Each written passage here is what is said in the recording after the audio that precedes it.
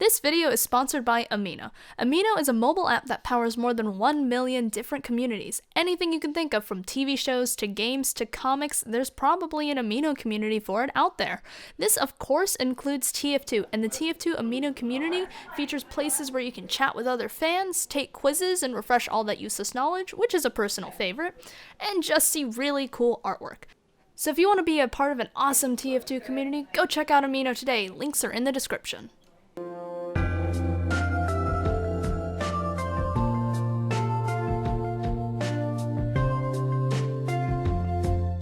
One of the most prominent characters in Tf2 is one that's never been seen in-game, but has always been heard.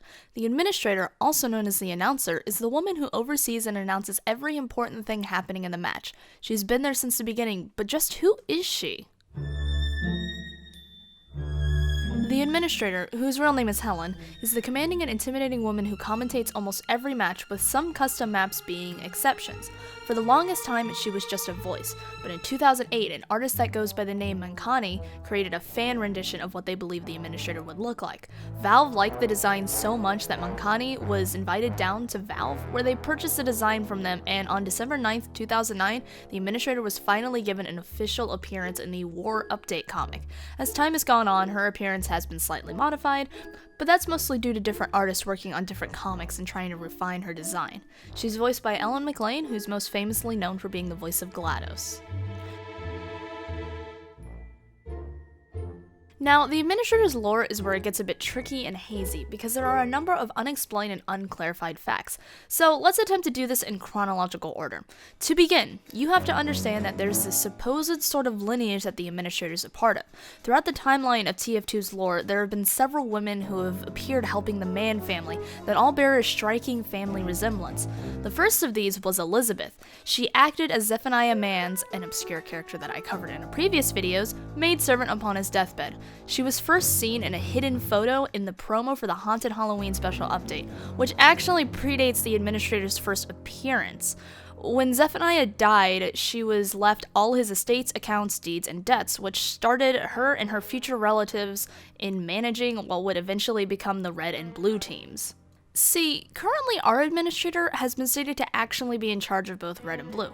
This is revealed in the War comic, where you can see her announcing to both teams by switching her jack from port to port. When you think about it, it's a pretty ridiculous concept that she manages both warring teams and makes sure they essentially stay in an endless stalemate. Now, let's move on to the current comic series that's been ongoing for over 4 years and progresses Tf2's story. The short explanation is that Greyman has taken over Manco, and Miss Pauling is tasked with bringing the team back together. Early on, she discovers that the administrator has fled into hiding, but throughout the comic, she comes in brief contact with her. The first time we even see the administrator is in Blood in the Water, where her and Miss Pauling meet in an alleyway. Her appearance here is very obscured, as she doesn't want Pauling to see her, but at this moment we know something's not right, as we can see cracked and possibly deteriorating skin. Later on in the comic, we get a better look at her, and it's revealed that she is in use of the 4th known life extender machine in the world, though a version that's much smaller and more efficient. Now, here's where it starts to get hazy. We know that Radigan Conager, our current engineer's grandfather, built the original 2 machines for Blutarch and Redman. However, on his blueprints it reveals that a 3rd one was made for someone whose name is obscured, as well as the year it was made. Up until now, it had been safe to assume that the 3rd one was commissioned by Gray, since he too was in possession of a life extender machine, though one much smaller than his brother's. Now, in order to figure this all out, we need to know who came to Radigan to hire him to create these machines.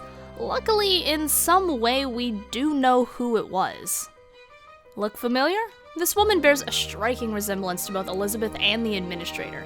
Now, at first I thought this was Emily, since there's around a 40-year difference from Zephaniah's death to Redman and Blutarch acquiring the life extender machines, and just by looking at them, there's really no way these two are the same people, right? Well, here's where the Ketchup comic plays a huge part, assuming that it is in fact correct and not a mistake. According to the Ketchup comic, the lady who hires Radigan is actually Elizabeth. So let's just assume for the moment that the comic is correct and these two people are the same woman. Why does Elizabeth in 1850 look so old? The only logical explanation that I could come up with is that the Elizabeth in 1850 wasn't actually as old as she appeared. Elizabeth has been shown to always be smoking. so her addiction could have led to her physical traits being sped up and appearing older than she actually was. That's the only explanation as to why she doesn't look any older 40 years later in loose canon. Then again, magic does exist in the world, along with heaven, hell, the devil, and Tom Jones, so, anything can seemingly happen. Back to the whole life extender debacle, let's throw up the theory that Elizabeth and Helen are actually the same person. This means that it's very likely that the third documented life extender went to her and that Gray got his at a later date. It wasn't documented, or it was built by someone else. The problem is we have no way of knowing, and honestly, who received that third life extender machine isn't exactly important here. So as long as we know that the administrator is in possession of one, and has been for quite a long time, that's the important detail here. Now, let's loop back around to the theory of Elizabeth and Helen, our administrator, being the same person and throwing up some evidence. But first, I want to address the Tf2 Weaking. On the official Tf2 Wiki, it states that the administrator is part of a lineage. In this lineage is someone named Emily. For the longest time, I believed that Emily was actually the woman who commissioned Radigan, and the wiki believed it too. However, upon reading over everything I could get my hands on, that being comics, hidden images, and whatnot, Emily is not actually mentioned anywhere, and considering the catch-up comic can be considered pretty dang canon, then Emily, at the very least, isn't the woman in the loose canon, and most likely doesn't exist. The wiki states that early versions of some of the comics had Elizabeth's name written as Emily, but there doesn't seem to be any actual evidence that that is the fact. This portrait that's hidden in the Man Manor map has also been said to be Emily, but there isn't any evidence that's actually the case. The model name doesn't even say it's Emily, just that it's a portrait. So, for all intents and purposes, because the wiki can be edited and even it's not sure if Emily is a separate person or not, we're just gonna completely dismiss the wiki and Emily from here on out.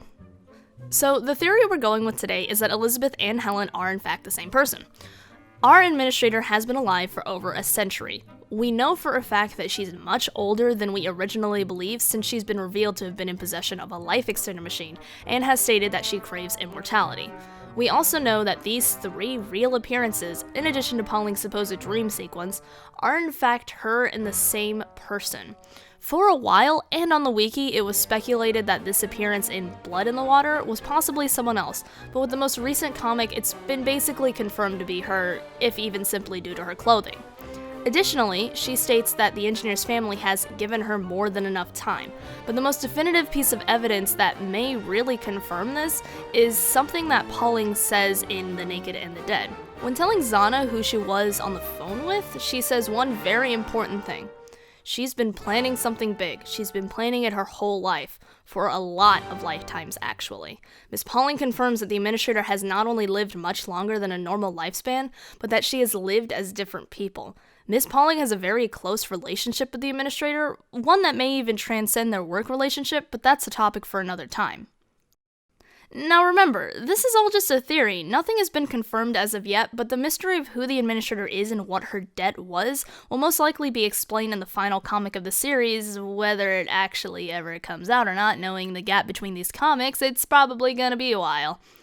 If you enjoyed this video and this style of video, please tell me in the comment section below. This particular subject is something I've wanted to tackle for a long time, considering the administrator is my favorite non-mercenary character, and I've found this discussion and theory about who she actually could be to be pretty worthy of a video. Anyhow, again, I hope you guys enjoyed this video, and I hope to see you in the next one.